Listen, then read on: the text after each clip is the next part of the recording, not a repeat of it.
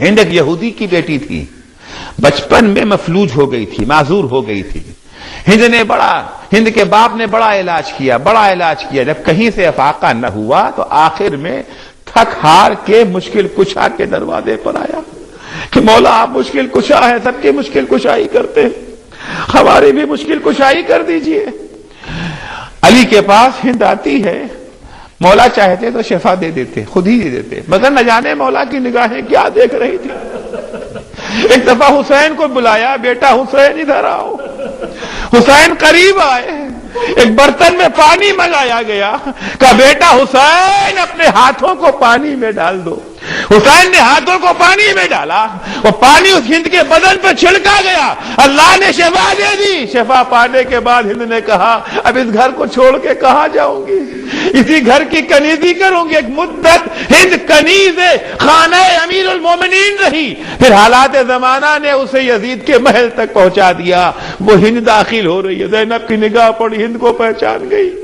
ام کلثوم سے کہا بہن ام کلثوم دیکھو کون آ رہا ہے. ارے اپنی کنیز ہند آ رہی ہے. ام کلثوم نے بھی پہچانا، دونوں بہنیں سر جھکا کے بیٹھ گئی. ہند قریب آئی، آنے کے بعد کرسی رکھی گئی، ہند کرسی پر بیٹھ گئی. اس کے بعد ہند پوچھتی ہے من ای الاسارى انتن، من ای البلاد انتن، تم لوگ کس شہر کی رہنے والی ہو؟ جناب زینب نے سر جھکائے ہوئے کہا نحن من بلاد المدینہ، ہم لوگ مدینے کے رہنے والے ہیں، بس مدینے کا نام سننا تھا. ہند کرسی چھوڑ کر کے زمین پہ بیٹھ گئی. زینب نے کہا بیوی کرسی چھوڑ کے زمین پہ کیوں بیٹھ گئی؟ کہا مدینے والوں کے احترام میں. اس کے بعد ہند کہتی ہے بی بی تم سے مدینے کے گھر کے بارے میں کچھ پوچھنا چاہتے ہیں. کہا پوچھو کیا پوچھنا چاہتے ہو؟ کس گھر کے بارے میں؟ کہا میں اپنے مولا علی کے گھر کے بارے میں پوچھنا چاہتی ہوں. کہا مولا علی تو اس دنیا میں نہ رہے. کہا ہاں وہ تو مجھے پتا ہے، لیکن میں اپنے آقا حسین کے بارے میں جاننا چاہتی ہوں، اپنی شہزادی زینب کے بارے میں جاننا چاہتی ہوں. بس یہ سننا تھا. جناب زینب نے سر اٹھایا، کہا ہند ان سالتے عن الحسین، اگر تو حسین کے بارے میں جاننا چاہتی ہے فہذا راس الحسین بین یدی یزید، جو یزید کے سامنے تشت طلا میں سر رکھا ہے وہ حسین ہی کا سر تو ہے. وَإِنْ سَأَلْتَ عَنْ زَيْنَبَ، اور اگر تو زینب کے بارے میں جاننا چاہتی ہے فَهَانَا زَيْنَبَ وَهَذِهِ أُمُّ كُلْثُومَ، میں زینب یہ ام کلثوم ہے. بس یہ سننا تھا. ہند نے سر پیٹ لیا.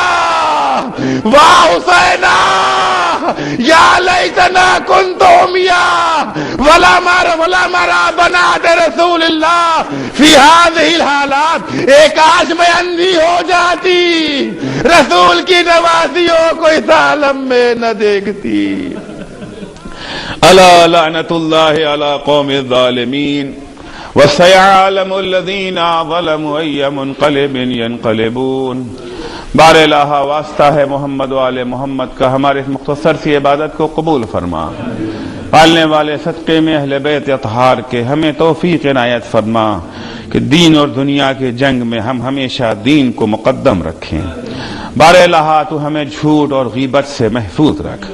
پالنے والے ہمیں اپنی زبان کو محفوظ رکھنے کی توفیق کرامت فرما.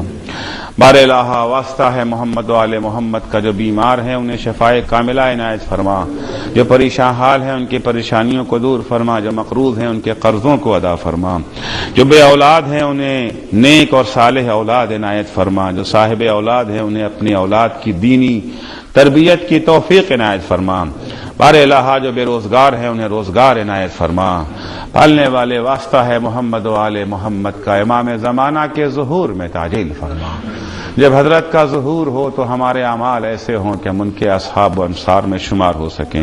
اللہم عجل فی فرج مولانا صاحب الزمان.